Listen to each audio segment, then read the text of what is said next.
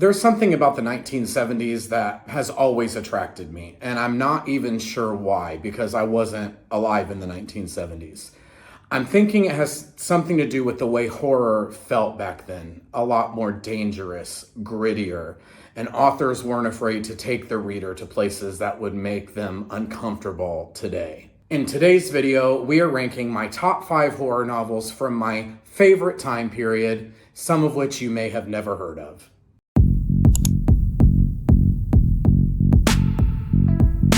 First up at number 5, we have Sharon by Sharon Combs.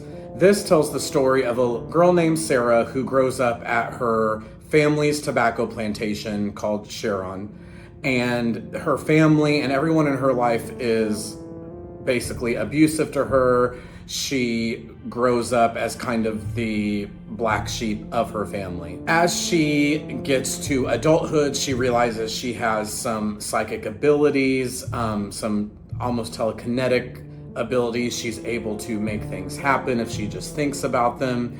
So this story follows her growing up, still living at the tobacco plantation and taking vengeance upon her family that treated her so poorly. I remember when I first picked this up, I didn't think I was going to enjoy it. The simple plot synopsis sounded a little bit boring, but honestly, I liked the cover and I was like, well, we'll give it a shot.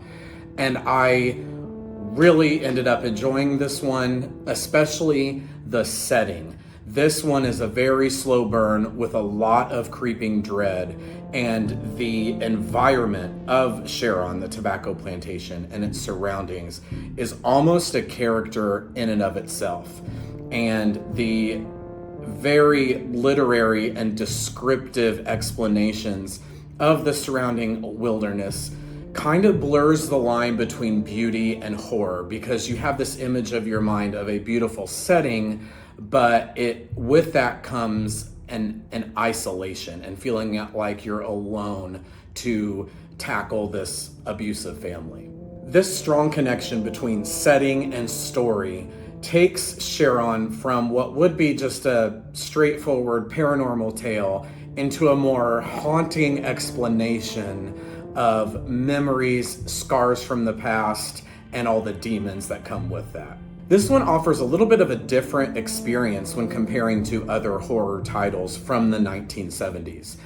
I feel like titles from that time period are known for being fast-paced, thrilling, graphic at times, but with Sharon, the author is able to paint very descriptive pictures with provocative language that invites the reader to kind of slow down and really immerse himself into this environment. The richly descriptive and often introspective language used in this novel gives it sort of a meditative quality, where the horror seeps in very slowly and you feel this sense of dread building and building up to the climax of the novel. With Sharon, you're not going to find any jump scares, any action-packed scenes, so this one is definitely for someone who enjoys a very, very atmospheric slow burn.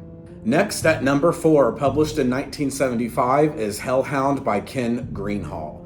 Historically, this one was hard to find until Valancourt Press included it in its Paperbacks from Hell Resurrection reprinting in around 2017-2018. Hellhound focuses on a sociopathic bull terrier named Baxter, and we follow him as he murders his various owners and eventually ends up bonding with one of his owners who is a sociopath himself. Most people love dogs or have some sort of fondness for them, so the use of a dog as our villain essentially is extremely effective. And this story is told from Baxter's chilling first-person perspective, and he is very cold and very calculating, and that transforms a seemingly innocent dog into a sociopathic, vicious predator. And the characters of the novel, the human characters, obviously don't know this. They can't communicate with the dog, and the dog cannot communicate with them. So it adds this new level of horror because what is usually man's best friend turns out to be our worst enemy in this case. I loved the experimental element of this novel. Again, having the story told from the perspective of the dog Baxter is fresh, yet very unsettling. Hellhound has a distinct 1970s feel to it, with its gritty prose, and it's also a pretty short read. It was only about 150 pages that really packs a punch. Hellhound was not widely known until it experienced a resurgence in popularity when Grady Hendrix and Will Erickson published Paperbacks from Hell, the book.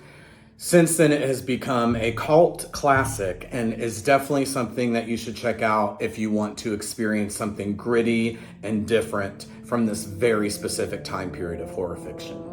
Number 3, Let's Go Play at the Adams by Mendel Johnson, published in 1977. This one is about a college student named Barbara who is hired to babysit these 2 children while their parents are on vacation in Europe.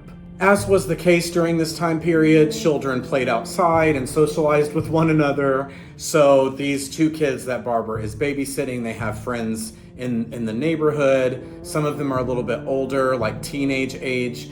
And out of sheer boredom, they decide to hold Barbara captive in her bedroom. And over the next few days, for the sake of fun, the children enact various forms of psychological, physical, and sexual abuse on Barbara.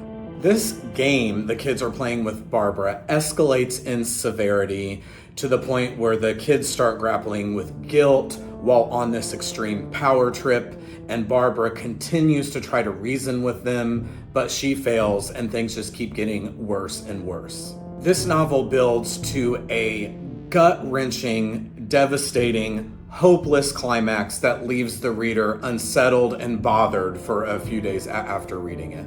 At first glance, this might seem like your typical pulpy, violent 1970s horror novel, but I saw it almost as a sociology study, like a perfect example of groupthink.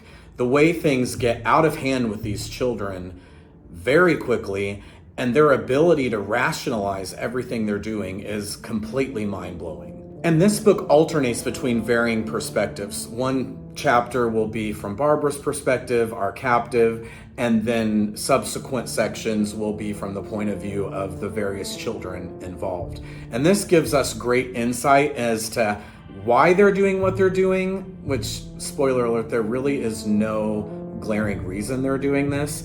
And this gives us insight into how the children are rationalizing the severe mental and physical torment that they're putting Barbara through. Let's Go Play at the Adams also explores the concept of a corrupted innocence.